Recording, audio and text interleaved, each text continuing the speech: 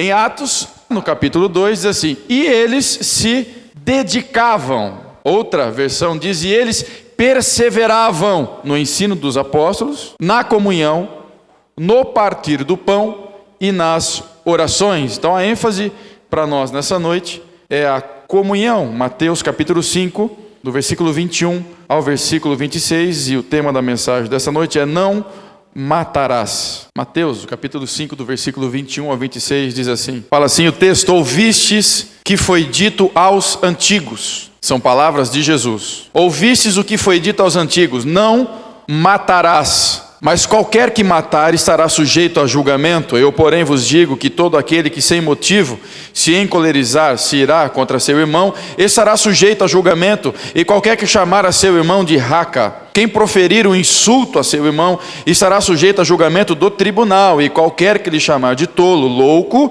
será réu do fogo do inferno. Portanto, se trouxeres a tua oferta ao altar, e aí te lembrares de que teu irmão tem alguma coisa contra ti, deixa perante o altar a tua oferta e vai reconciliar-te primeiro com o teu irmão, e depois vem e apresenta a tua oferta. Concilia-te depressa, entra em acordo sem demora com o teu adversário, enquanto estás no caminho com ele, para que não aconteça que o adversário te entregue ao juiz, o juiz te entregue ao oficial de justiça, e sejas recolhido na prisão.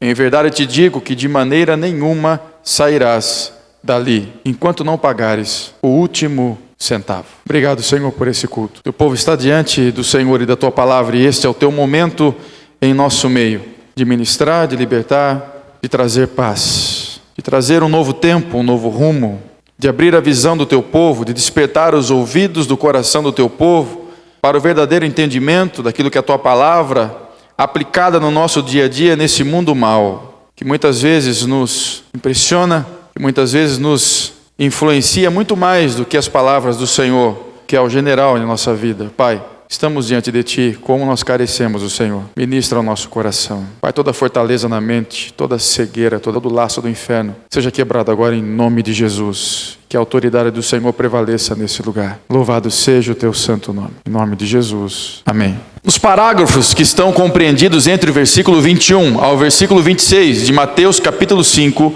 do Sermão do Monte, Jesus está apresentando aqui o primeiro de uma série de 6 exemplos a respeito da sua própria interpretação a respeito da lei de Deus. A ênfase, o destaque desta oportunidade que temos de refletir, de pensar e de poder aplicar esse texto da palavra de Deus à nossa vida, ao nosso dia a dia, não está na diferença entre a lei de Moisés e a maneira como Jesus interpretava essa lei e ensinava essa lei com autoridade vinda dos céus. Mas o desejo de Jesus em trazer-nos essa palavra, essa mensagem, está naquilo que Ele deseja nos mostrar, naquilo que Ele deseja que nessa noite a visão da nossa alma se abra, para que haja liberdade no nosso espírito, na comunhão com o Pai. É justamente mostrar o erro na interpretação dos escribas e fariseus a respeito da lei. E essa interpretação trazia aquilo que levou Jesus a dizer, quase no finalzinho do Sermão do Monte, olhando para aquela multidão perdida, sem rumo, cansada, cheia de regras que não conseguia cumprir, e fazer aquela linda declaração que serve para mim e para você nessa noite: aleluia, vinde a mim, todos vós que estáis cansados e oprimidos, e eu vos aliviarei. Jesus está querendo mostrar o erro da interpretação desses escribas, desses fariseus, e ao mesmo tempo, em contrapartida, em contraposição, destacar a autenticidade dos seus ensinamentos, da sua interpretação, da sua maneira de ler e de entender e de aplicar a lei de Moisés. Os escribas e os fariseus eram os elementos mais destacados da nação judaica. Os escribas eram as autoridades responsáveis por fazer da maneira mais precisa e cuidadosa cópias fidedignas das escrituras. Eram os escritores, como se fosse a máquina de xerox de hoje. Deu para entender? Naquela época não tinha, então as pessoas escreviam. E naquela época o livro era um artigo muito raro, muito caro. não era um artigo assim à disposição de todo mundo, nem todo mundo tinha livro naquela época. Então, para os que tinham, e para que fosse preservada as escrituras, a lei de Deus, existiam os escribas, que se destacavam por isso, porque eles tomavam muito cuidado para copiar a lei, e além disso, eles dedicavam cada segundo, cada minuto, cada momento da respiração do tempo de vida deles para aprender, para poder se aprofundar mais nas escrituras, para poder aplicar e para poder ensinar o povo. Mas também tinha os fariseus. Quem eram os fariseus? Eram aqueles que se destacavam pela sua pretensa piedade, pela sua vida de consagração, pelo seu zelo pelas coisas do Senhor, pela sua vida irrepreensível. Fariseu significa separatistas. Eram homens que viviam separados da sociedade, do contato das pessoas. Eram homens treinados também na palavra de Deus. E eles se destacavam justamente por ter criado um código ainda mais rígido do que aquele que Deus entregou por intermédio de Moisés. Por exemplo, na lei de Deus, o mandamento do Senhor era para que o homem judeu, a mulher judia, quer dizer, o povo, jejuasse pelo menos uma vez ao ano. Na lei do fariseu, não. Eram 2 vezes por semana. Era muito mais rígido. Eram muito mais cuidadosos. Eram muito mais dedicados. Jesus, opostamente a tudo isso, era uma pessoa totalmente incomum nesse meio. Primeiro, porque não pertencia à ordem dos escribas e dos fariseus. E não tendo oficialmente, não sendo formado oficialmente como os escribas e fariseus, mesmo assim ele era considerado um mestre na palavra. Jesus ainda se diferenciava porque em todo momento da sua vida, em todo momento dos contatos das pessoas, ele não evitava a presença e a companhia dos pecadores. Aleluia! Jesus era totalmente oposto. A palavra diz que ele fazia o possível e fazia o impossível para se aproximar, para estar com eles, conforme Mateus, no capítulo 11, no versículo 19, Jesus era conhecido como amigo de publicanos e de pecadores. Antes de transmitir a sua mensagem, a sua interpretação a respeito desse mandamento, Jesus define a sua posição em relação à lei para que não haja dúvida. Nós sabemos que o ministério de Jesus já iniciou com milagre, e os milagres, a autoridade manifesta de Deus na vida de Jesus, começou a incomodar as autoridades religiosas daquela época. Principalmente porque Jesus curava as pessoas no sábado. Isso incomodava demais os escribas, os fariseus, os sacerdotes. Incomodava demais os sumos sacerdotes, porque quebrava tudo aquilo que eles viviam, tudo aquilo que eles passavam como padrão. E Jesus, para encerrar qualquer discussão, para poder trazer aquilo que ele pensa, para poder aplicar a verdadeira autenticidade da palavra na vida daqueles para quem ele estava pregando, para aquela grande multidão no Sermão do Monte, aleluia, glória a Deus. Jesus é demais, né? Ele diz assim a partir do versículo 17: não penseis que vim revogar a lei ou os profetas. Não vim para revogar, mas vim para cumprir, porque em verdade vos digo que até o céu e a terra passem, nem um i ou um tio jamais se omitirá da lei, sem que tudo seja cumprido. Aquele, pois, que violar um desses menores mandamentos e assim ensinar aos homens, será considerado o menor no reino dos céus.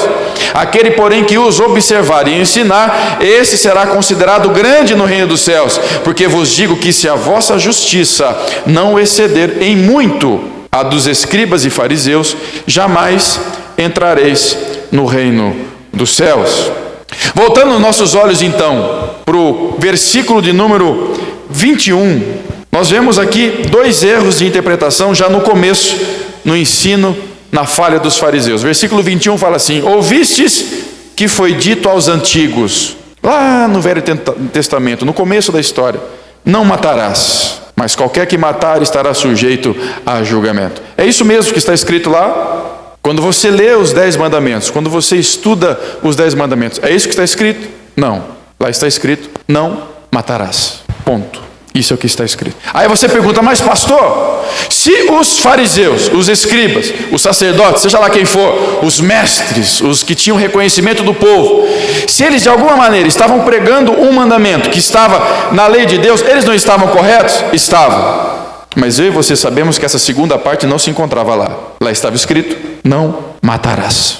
Mas pastor, não existe uma parte do Velho Testamento em que quando eu leio lá em Números no capítulo 35, no versículo 30, lá não diz que todo aquele que for homicida, que cometer um homicídio, ele deve ir a julgamento, deve estar diante de um tribunal? Sim, está escrito.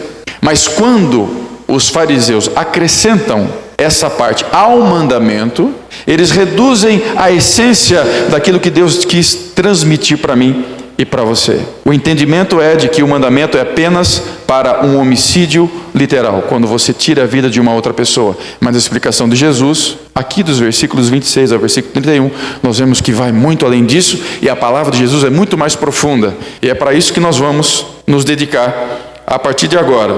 Redução. O acréscimo atrapalhou, e o acréscimo traz redução no sentido. Pastor, como é que se reduz um sentido o acréscimo que foi feito? Eu vou explicar para você.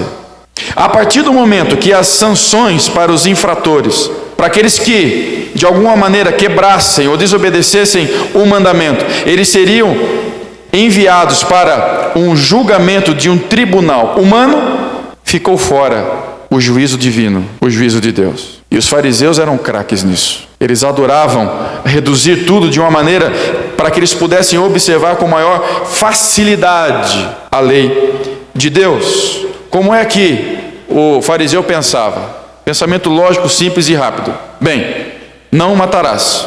Se eu matar, eu vou para o julgamento no tribunal. Então, se eu não cometer o homicídio, eu não vou para um julgamento no tribunal. E não indo para o julgamento no tribunal, não vou tomar nenhuma punição, não vou cumprir nenhuma pena. Então, posso riscar esse mandamento, porque esse mandamento eu já cumpri. Vocês entenderam o raciocínio de um fariseu?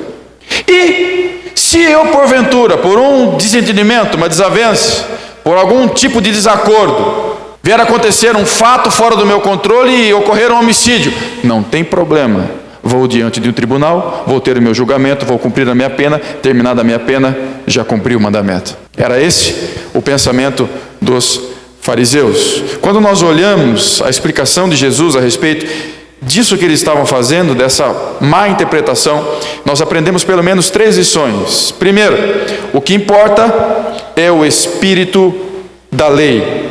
Não matarás não significa apenas não cometerás homicídio.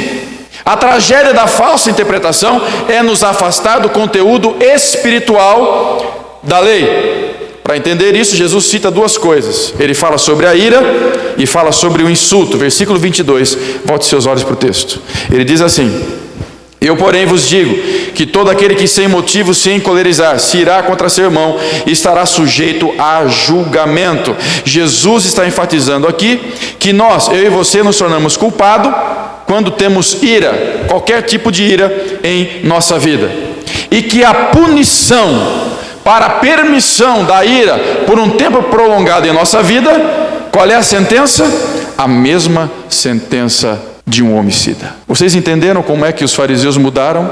Como eles reduziam o sentido? E isso que eu falo para você agora se torna muito sério. Eu vou repetir. Se temos ira, ou se permitimos que a ira continue na nossa vida de uma maneira ou de outra, a punição para isso, aos olhos de Deus, por ser algo tão terrível, algo inaceitável aos seus olhos, é a mesma punição que recebe aquele que tira a vida do seu próximo. Insulto, versículo 22 fala assim: e qualquer que chamar a seu irmão de raca, que proferir o insulto, estará sujeito a julgamento no tribunal, e qualquer que lhe chamar de tolo, de louco, será réu do fogo do inferno. Raca significa sujeito indigno. Tal expressão era empregada na época para indicar desprezo pela cabeça da pessoa, pela inteligência da pessoa, que foi feita a imagem de quem, pastor? Nós somos feitos a imagem de quem? De Deus. Você já viu aqui, já ouviu, já falou, não sei, na sua vida, mas você já ouviu aquela expressão que fala assim: fulano é um cabeça oca. Quem aqui já ouviu? Isso desagrada o Senhor. Só que muitas vezes você falar que a pessoa é um cabeça oca, você não está querendo mesmo no seu coração falar que ele é um cabeça oca. Escapou. É um cabeça oca, é um cara que não pensa para fazer, para falar. É um cara que eu aviso, não vai por aqui, ele vai, quebra a cara. Depois ele vai de novo. Você vai falando, mas você não viu que não dava certo?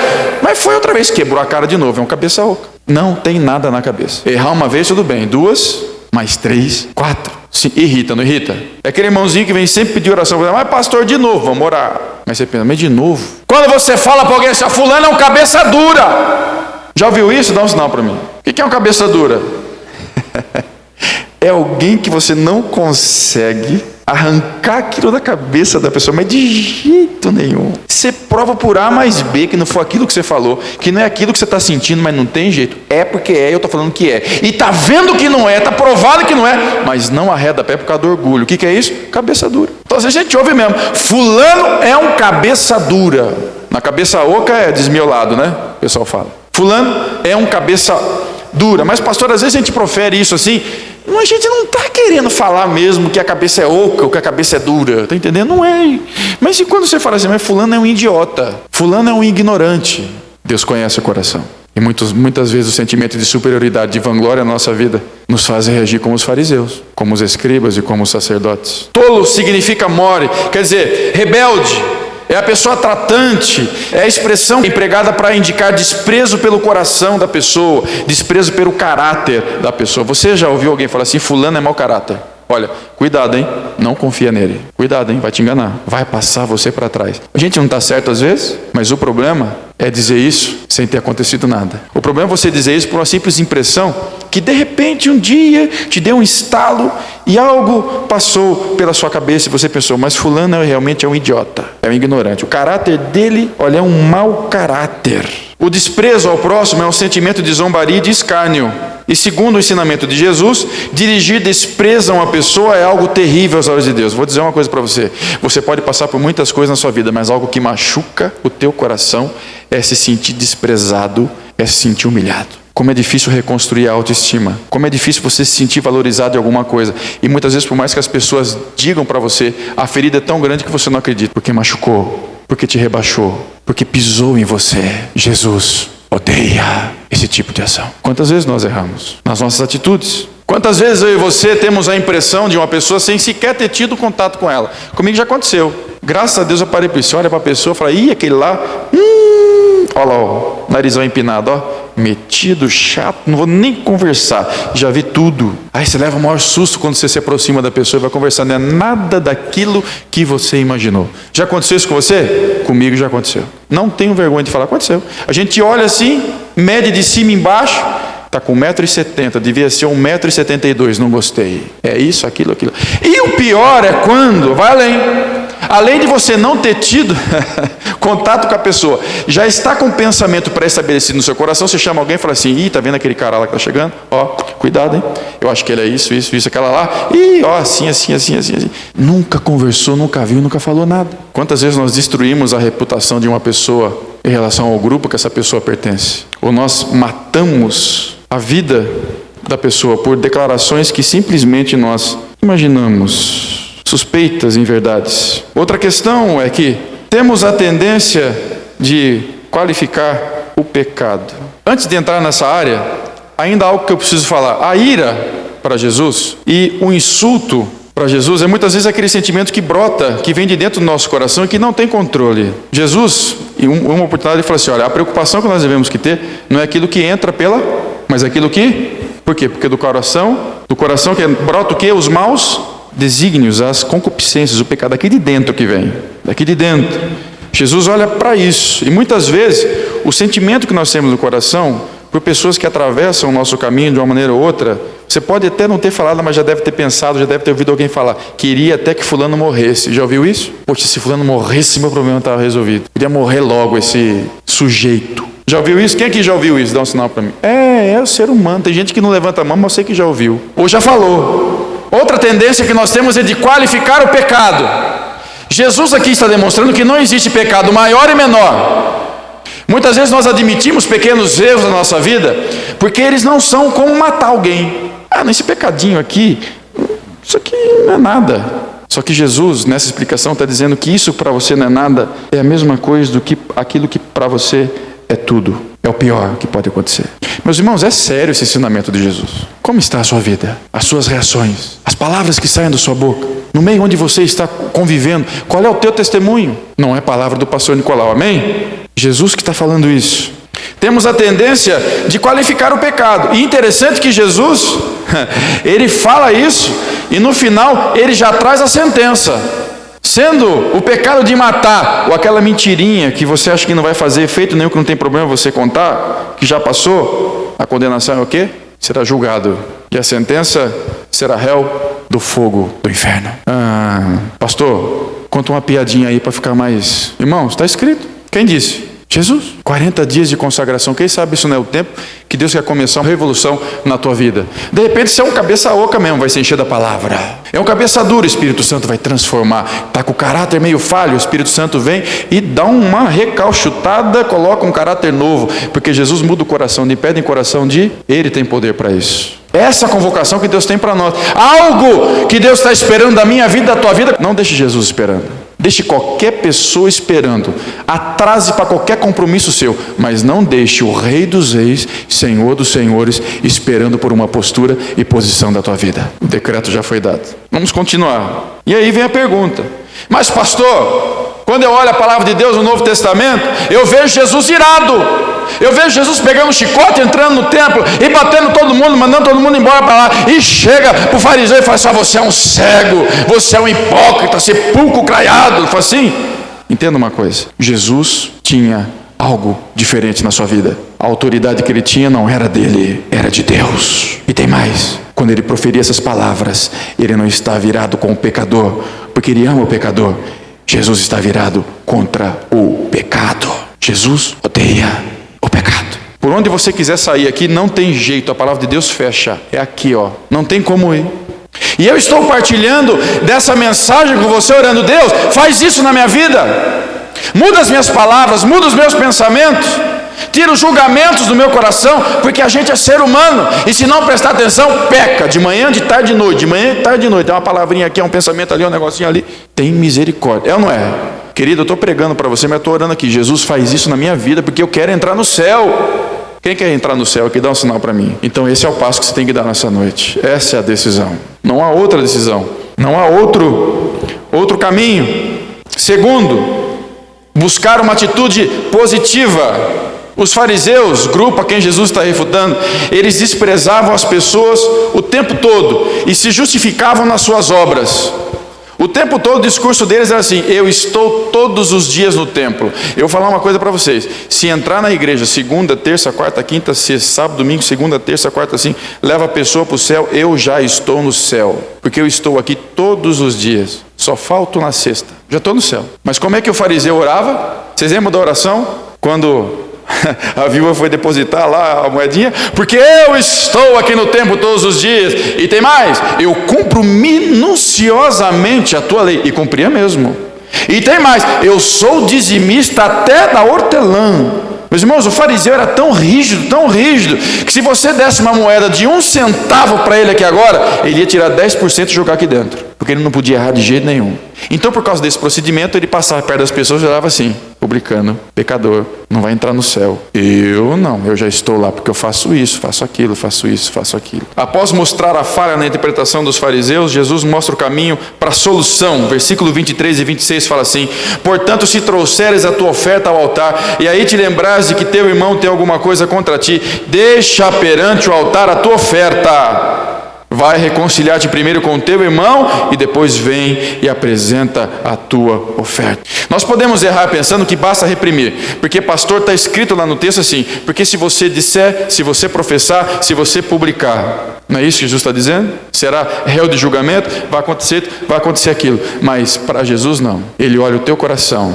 E aí eu me lembro de quando Samuel foi escolher Davi para ser rei sobre Israel. Você lembra? Samuel vai chegando, todo mundo leva um susto, casa de Jessé, e começa a chamar o povo, e ele já vem com óleo na mão, e o sacerdote, quando estava com óleo na mão, era para quê? Para ungir quem? Ungir o rei. E foi aquele alvoroço: faz a fila aí, quem é o primeiro para entrar? O mais forte, o mais bonito, o mais admirável, o mais inteligente entrou. Deus falou assim: não é esse. Aleluia, Deus é tremendo, meus irmãos.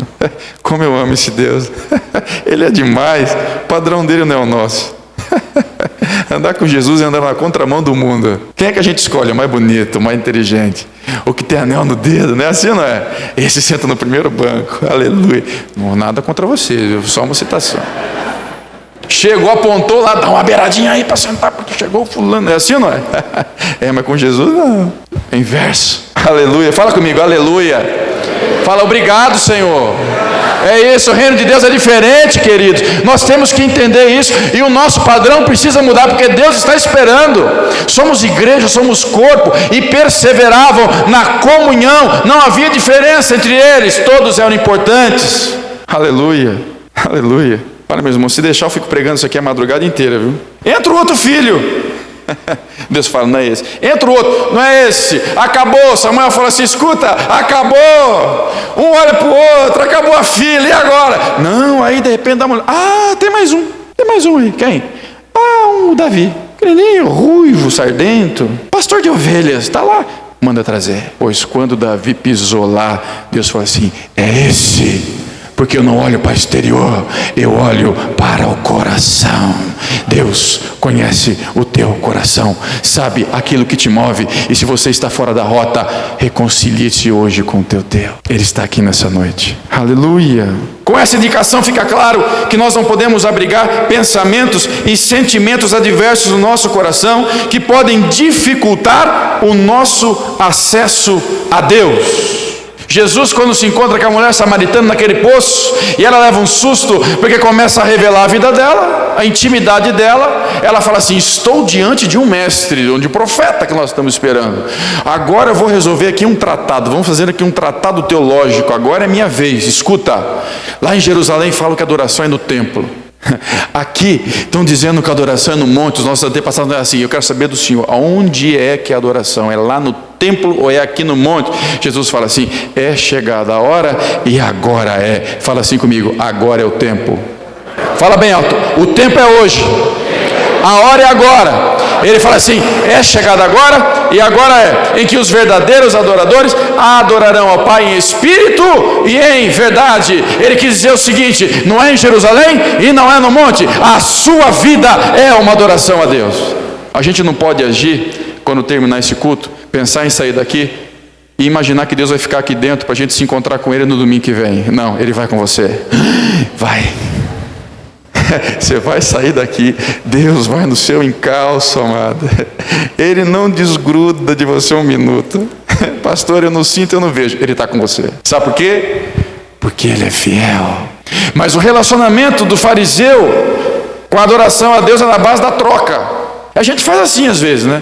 A gente está precisando de uma bênção de Deus, não falta um culto da segunda-feira. Vou falar, pastor Nicolau, vou lá para ele orar, e aquele povo Paulo Ônibus, eu não vou faltar. E faz campanha, vem segunda, e aí a resposta não vem, a bênção não chega, e vai, e ora.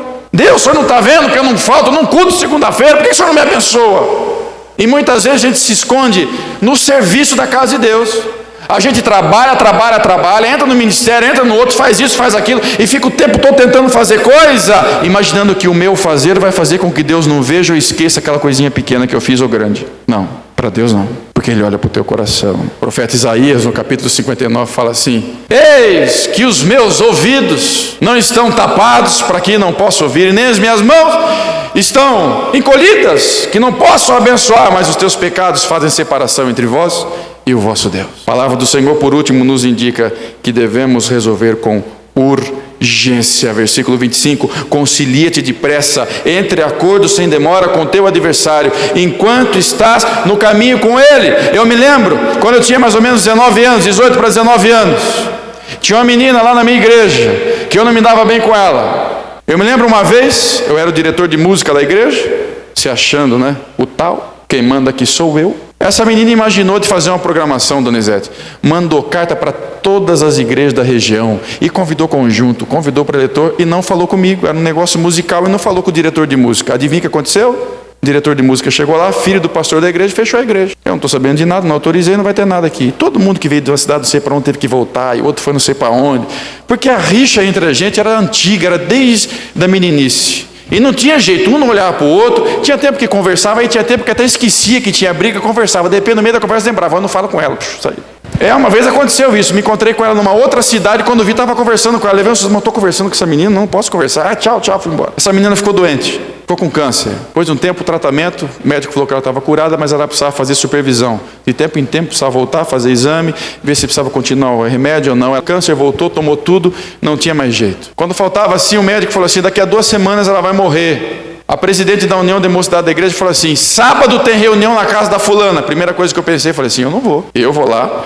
De jeito nenhum. Como é que eu vou entrar lá? Não vou. Segunda-feira Deus falava assim para mim, vai. Eu não vou. Terça-feira o Espírito Santo vinha, você tem que ir. Falava assim, eu não vou. Quarta-feira, resolve o teu problema, eu estou te avisando. Eu não vou. Aquilo começou a me incomodar, eu não conseguia mais fazer nada, não conseguia trabalhar, não conseguia dormir, passava a noite em claro. Deus falava assim, vai lá te acertar e vai escutar. Eu falei, eu não vou, pai, porque eu não sou errado. Errado foi ela que começou. Ela tem que vir aqui falar comigo. Deus fala, vai lá falar com ela. Sexta-feira eu orei assim, Deus, o Senhor sabe que é muito difícil meu pai emprestar o carro para mim no sábado. Então, se realmente é o Senhor que está falando comigo, vamos fazer um trato. Se meu pai não sair no sábado, mesmo isso não acontecia, meu pai ficar em casa no sábado. Se meu pai não sair no sábado e ainda emprestar o carro para mim, eu vou lá. Sábado de manhã, levantei tarde, né? Trabalhei a semana toda, levantava meio-dia, aquela época era um negócio mais tranquilo. Levantei, tomei meu banho e tal, saí do banho, meu pai falou assim para mim, o carro é seu, viu? Falei, Jesus amado, isso nunca aconteceu, eu tinha que pedir para meu pai 1, 2, 3, se eu quisesse sair no domingo, eu tinha que começar a avisar na segunda que eu ia usar o carro. Pois o homem chegou em mim e falou, tá aqui a chave. Eu falei, meu pai, como é que eu vou escapar dessa? O negócio está marcado para 4 horas da tarde. Eu falei assim, eu não vou, como é que eu faço? E meu pai parece que tinha adivinhado, passava na porta do meu carro e falava, você não vai sair não? Tem nenhum compromisso? E meu pai não é de conversar muito, mas naquele dia estava assim, Deus estava usando ele, você tem que ir. Eu peguei e falei, Jesus, quer saber de uma coisa? Eu vou. Entrei no carro. Meus irmãos, aquele foi o caminho mais longo da minha vida, não chegava. Cheguei atrasado, cheguei 1 hora depois, todo mundo lá dentro. Para entrar naquela casa, adivinha quem estava no portão? O pai, a mãe, o irmão e os parentes. Eu falei, Jesus, já vou ter que passar pelo batalhão de choque na entrada. Como é que eu vou passar? Tipo assim, era a última pessoa que eles imaginavam que ia aparecer lá. Aí eu cheguei, boa tarde, Deus abençoe, com licença, virei crente, né? Deus abençoe, fui entrando, fiquei encostado na porta. E aí o povo cantava uma música, cantava outra, a presidente da mocidade falava assim, alguém quer falar mais alguma coisa? Todo mundo quieto. Porque ela tinha marcado aquela reunião de propósito, porque tinha muita gente, outras pessoas, que também tinham encrenca com essa menina. Ela já marcou para resolver e liberar todo mundo, Deus usando ela. E vai, canta mais um, e alguém quer falar mais alguma coisa? E ninguém fala mais, e canta outra. Já viu esse negócio interior? Vai cantando, né? E puxa a música, é um violão só e vai cantando. Eu vou diminuir a história, senão, né? Já são 8:50. Eu sei que na hora que ela falou assim, alguém mais quer falar? Se não, está encerrado. Eu falei assim, agora é minha vez. Ou eu entro nessa sala ou estou perdido. Entrei. A hora que eu entrei, todo mundo levou um susto. Ninguém se viu que eu estava lá fora. Entrei no meio da sala. O povo, todo mundo olhando para mim. Meus irmãos, eu vou falar uma coisa para vocês. É só por Deus, viu? Só por Jesus. Naquela hora o Espírito Santo veio. Ele entrou em mim de uma tal maneira. Jesus honrou tanto o meu ato de dar o passo que não era eu que estava falando. Eu me dirigi para aquela menina, como hoje me lembro, falei assim, olha, eu estou aqui para te pedir perdão, porque eu errei. E eu te amo no nome de Jesus. Pois aquela menina começou a chorar, olhou para mim e falou assim, olha, eu não sei quanto tempo eu fico por aqui, mas eu ainda quero ver se isso que está falando é verdade mesmo. Então por esses dias eu vou ver se, pelas suas atitudes, se você está sendo realmente sincero. Mas eu vou confessar uma coisa para você. Você me pediu perdão, mas eu não consigo te pedir. Eu não te perdoo. Meus irmãos, naquele instante, um peso de 1 tonelada ou mais saiu das minhas costas. Porque eu pedi perdão. Saí de lá livre, solto, limpo. Quando eu fiz isso, tinha um chorando aqui, outro ali. Aí a presidente da mocidade falou assim, agora eu vou aproveitar, deixa. Mais alguém quer falar? Mais alguém? O povo se calou. Até hoje, em alguns cultos daquela cidade, tem gente que no meio do culto lembra o que aconteceu e sai chorar. Não consegue dormir, porque não se arrependeu e não deu o passo que Jesus mandou dar. Jesus fala assim, concilia-te depressa enquanto estás no caminho. Onde você vai estar amanhã cedo? Eu pretendo terminar essa mensagem para minha casa, dormir, descansar e amanhã estar aqui na igreja. Mas não sei se isso vai acontecer. Concilia-te depressa com o teu adversário. Jesus está aqui nessa noite. Talvez haja algo no teu coração que Ele queira tirar. Existe um peso que o diabo colocou que você está carregando aí. E você já está tão acostumado com esse peso que você nem sabe. Que quando esse peso você fala assim, nossa, fiquei mais leve, parece que eu emagreci não sei quantos quilos. Não, é espiritual. Porque o demônio vem e senta mesmo no seu pescoço e fica ali em cima de você. Ó. Esse aqui é meu. Esse aqui com ele não tem jeito. Esse aqui não vai dar. Jesus, quando estabelece esse mandamento, ele fala assim, olha, se você trouxer a tua oferta no altar e te lembrares, para! Irmãos, tem oração que não chega no céu. Ah, mas eu oro há tanto tempo, não sou atendido. Por quê? Verifica o teu coração. Tem culto que não passa do teto. Tem música aqui, ó, no meio do negócio o demônio vai lá e pegou essa música para mim, porque aquele fulano não pode cantar. Que história é essa? Você está entendendo o que eu estou te falando? Mas pastor, eu já pedi perdão. Eu já resolvi. Quer dizer agora que eu preciso conviver com essa pessoa? Quero que ela fique sentada, comendo no meu prato, andando comigo como era antes? Não. Cumpra a sua parte. É cada um do seu lado. Paulo fala isso lá em 1 Coríntios, no introdução do livro. Ele fala assim: olha, antes eu disse para vocês que vocês deviam se separar das pessoas lá de fora, mas eu falo para vocês que isso é impossível, porque vocês precisam trabalhar, precisam ter dinheiro. Eu falo para vocês, fiquem separados daqueles que são de dentro. Aí ele começa a falar que são isso e aquilo. Cumpra a tua parte, o resto deixa para Deus. Não fique preocupado com a vida da pessoa. Você tem que estar limpo diante de Deus para a tua adoração poder chegar lá em cima, para a tua intimidade fluir com Deus, para Deus te usar a tempo e fora de tempo. Feche os seus olhos. Para Jesus não existe diferença no tratamento entre o relacionamento com o meu irmão e as pessoas do mundo. A receita é: resolva tudo o mais rápido possível. E se há uma falha no teu caráter em relação a algumas coisinhas que você tem permitido, saiba que Deus não aprova. Tire a mentira, tire a inveja, arranque esse ciúme. Meus irmãos, a gente é falho. A gente solta às vezes mesmo um comentário: poxa, o que fulano fez? Olha, eu acho que ele quis fazer isso. Mas olha, nós temos que todo dia se dedicar e perseverar. Como a igreja primitiva, tem que lutar, porque se não perseverar e não se dedicar, não consegue prosseguir. Como está o teu coração? Há algo que te machucou lá no passado e que você guardou no teu coração e nem se lembrava mais, mas o Espírito Santo traz agora a existência na tua mente e fala assim: vamos resolver isso, vamos dar um passo. Jesus marcou esse dia com você. Há algo que Ele está esperando, e aquilo que Ele tem para você é muito bom. Deixo-vos a paz, a minha paz eu vos dou, não vou lá dou como o mundo a dar. Deixa Jesus tirar esse peso da tua alma. Se você tem andado no mundo, segundo o pensamento do mundo, a influência do mundo, e se depara hoje com algo diferente, com um propósito diferente, um princípio diferente, e fala assim: eu quero esse Jesus, Ele está aqui para tocar a tua vida, para te garantir a salvação e para andar do teu lado até o fim dos tempos. Eu quero orar por você. Há algo que você precisa resolver. Querida, eu estou aqui torcendo por você, porque antes de pregar essa mensagem eu torci por mim. Eu também quero essa vitória para a minha vida. Todos nós estamos no mesmo barco e precisamos perseverar, precisamos mudar o nosso coração para um coração segundo a vontade de Deus. Você precisa entregar sua vida a Jesus? Quem é que nessa noite aqui não tem certeza de nada e fala assim: eu quero esse Jesus na minha vida, eu quero mudar a minha vida, eu não quero andar mais segundo o padrão do mundo, mas quero andar segundo o estilo padrão de Deus, eu quero tudo novo, eu quero entrar nos céus, portanto eu quero abrir meu coração para Jesus hoje. Hoje é o teu dia, chegou a hora. Querido irmão, há um propósito de Deus para a nossa vida, há algo de direção para essa igreja. Meu irmão, Deus quer tirar esse peso do teu coração hoje. Se você precisa se acertar com alguém, se você precisa reconhecer que errou, precisa tirar essa mágoa do teu coração, é hoje. Aí onde você está, coloque as suas mãos sobre o seu coração e eu vou orar. Jesus, algo falou no meu coração hoje.